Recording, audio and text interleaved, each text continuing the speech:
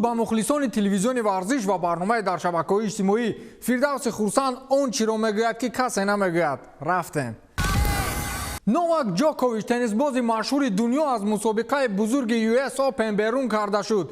ин дар ҳолест ки ракеткаи рақами якӣ ҷаҳон дар даври чоруми мусобиқаи мазкур бо Пабло Карено рақобат мекард ва дар сети аввал Ҷокович боизиро бо ҳисоби 6-5 мебохт. гумонам ҳамин нобарории кор буд, ки ӯ хеле асабӣ буд ва хост тӯбро берун аз майдон партояд, ки болои сухта намакоб тӯби боғазаб задаи Новак рост ба гулии довар расид. довар баъди зарбаи сахти сербӣ ба замин уфтод ва ба зур нафас мекашид. албатта дида мешавад, ки Новак ин корро барқасд накардааст ва зуд ба ёрии ӯ мешитобад. хулас аъзои доварон бо ҳам дар ин маврид машварат карданд ва Новак Ҷоковичро аз мусобиқа берун сохтанд. ин хулосаи доварон ба касе писар наёмад, чун яке аз бузургтарин мусобиқаро бидуни беҳтарин варзишгар чӣ хел тасаввур мекунед? ин шабеҳи он аст, ки тӯйро беҳофиз тамошо доред. Новак Ҷокович бо ғазаб мусобиқаро тарк кард. баъдан маълум гардид, ки болои он ки Ҷоковичро аз мусобиқа берун сохтанд,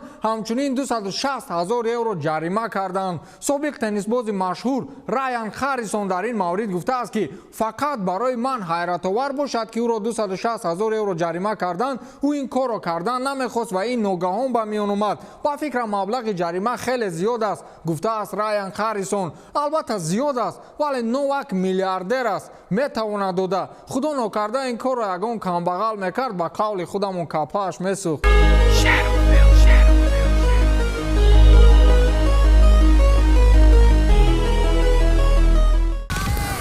шумо гумон кардед хулосаи доварон Новакро қонеъ кард? не, ӯ ғайр аз оне ки хело асабӣ буд, баъди хона рафтан ба фикрам дар танҳоӣ бад аламаш кард ва чанд суханаке дар ин маврид дар саҳифаи твиттери худ навишт. довар баъди зарбаи ман ҳатто ба табиб эҳтиёҷ надошт. шумо барои ҳамин проблемаи ногаҳон ба вуҷуд омада моро аз мусобиқаи US Open берун мекунед, навиштааст Новак Ҷокович.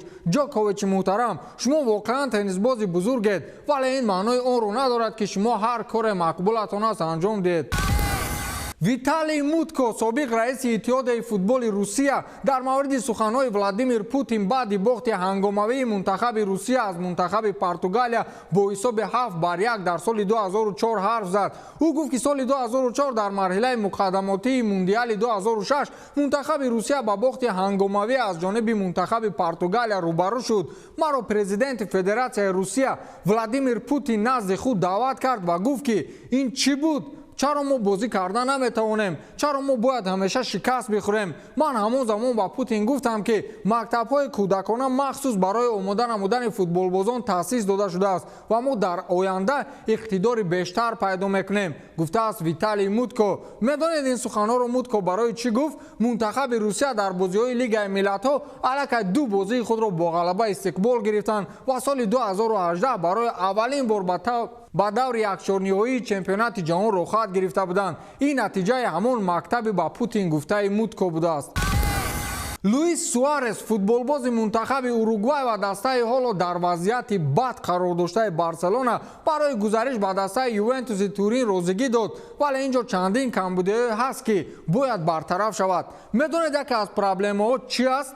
надонистани забони итолиёвӣ. аммо Суарес 2 пой дар як мӯза, ки ман забони итолиёвиро медонам. расонаи иттилоотии Мундо Депортиво хабар медиҳад, ки Луис Суарес рӯзҳои наздик дар шаҳри Барселона имтиҳони забони итолиёвӣ месупорад. агар Суарес имтиҳонро гузашта натавонад, ӯ ҳамчун бозингари легионер барои дар ҳаят ҷой гирифтан мушкилӣ пайдо мекунад. шумо аллакай медонед, ки дар футбол ҳамин гуна маҳдудиятҳо ҳаст. аз ин хотир Суарес барои шаҳрвандии Италияро гирифтан бояд забони итолиёвиро бидонад. баъдан ӯ метавонад бе маҳдудият дар дастаҳои итолиёвӣ фаъолият намояд. Оун Фаррел, регбибози машҳури англис, ки шарафи дастаи Саратсинро ҳимоя мекунад, дар рақобат бо дастаи Уомпс дар чемпионати қаҳрамонҳои Аврупо зидди як бозингари 18-солаи ҳариф усули мамнӯъро истифода бурд. дар мо инро ҳаромбозӣ ё ноҷавонмардона бозӣ кардан мегӯянд. ман фикр мекунам ин ҳафта ҳам ҳафтаи бузургон набуд. Новак Ҷоковичро аз мусобиқаи US Open берун карданд. Оун Фаррелро низ барои ҳаромбозиаш аз мусобиқа берун сохтанд. Роналду низ он ҷо ба як проблема проблемаи дигар дучор шуд ки андаке пас бароятон мегӯям. Хулас меравем сари мақсад. Оун Фаррел бо ғазаб ба бозингари 18-солаи ҳариф Чарли Аткинсон наздик шуд ва бо даст ба сари ӯ зарбаи шадид зад ки бозингарон бе огоҳии довар бозиро манъ карданд. Оун Фаррел беҳтарин регбибози Аврупо аз рӯи амали ноҷавонмардона ва усули мамнӯъро истифода бурдан аз мусобиқа берун карда шуд. Ман фикр мекунам ҳама ин аз бахилӣ аст. Вақте ту худро беҳтарин бозингар мегириву як ҷавони навқадам аз ту хуб бозӣ мекунад, оҳ асабӣ мешавӣ. Криштиану Роналду футболбози мунтахаби Португалия дар доираи рақобатҳои Лигаи Миллатҳо муқобили дастаи Хорватия ба майдон набаромад.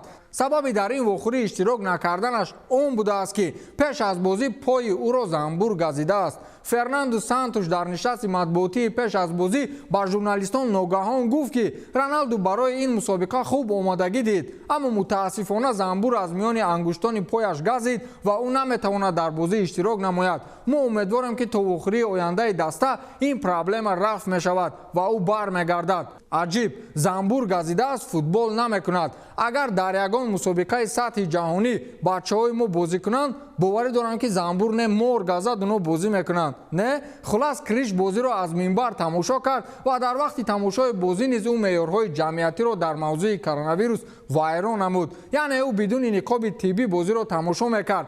То оне ки мутасаддиён ба наздаш рафтанд ва ӯро огоҳ карданд ки никоби тиббии муҳофизатӣ бипӯшад. Акнун бубинед, Роналдуи миллиардер никоберо мепӯшад ки дар мо 2 сомон нарх дорад. Инҷо бачаҳое ки 2000 даромади моҳона доранд чунин никобҳоро намепӯшанд. Моро бояд никобҳоямон низ бренд бошад ки аз 50 то 100 сомон нарх дорад.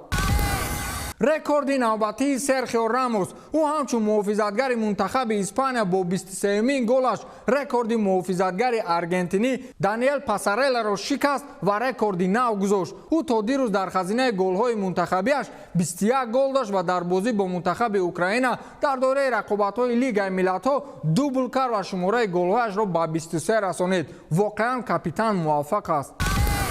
Ансу Фати, футболбози ҷавони тими миллии Испания, бо голи задааш дар бозӣ бо дастаи мунтахаби Украина ҷавонтарин муаллифи гол дар таърихи ин тим шуд. ӯ дар синни 17-солагиву 311 рӯзагиаш аввалин бор дар мусобиқаи байналмилалӣ ба задани гол даст ёфт ки то ин муддат касе онро анҷом надода буд. ғайр аз ин ӯ дар мусобиқаи Лигаи Миллатҳо аз ҳама бозингари ҷавон шуд ки дар ҳайати асосӣ бозӣ кард. Дар бозии дуюми худ тими миллии Испания бар Украина бо ҳисоби калони 4-0 дастболо шуд. Дар ин бозӣ 3 голи дигари испаниҳоро Серхио Рамос ва Ферран Торрес ба ҳадаф расониданд. Испания бо 4 имтиёз садрнишини гурӯҳи 4 дар Лигаи А гардид.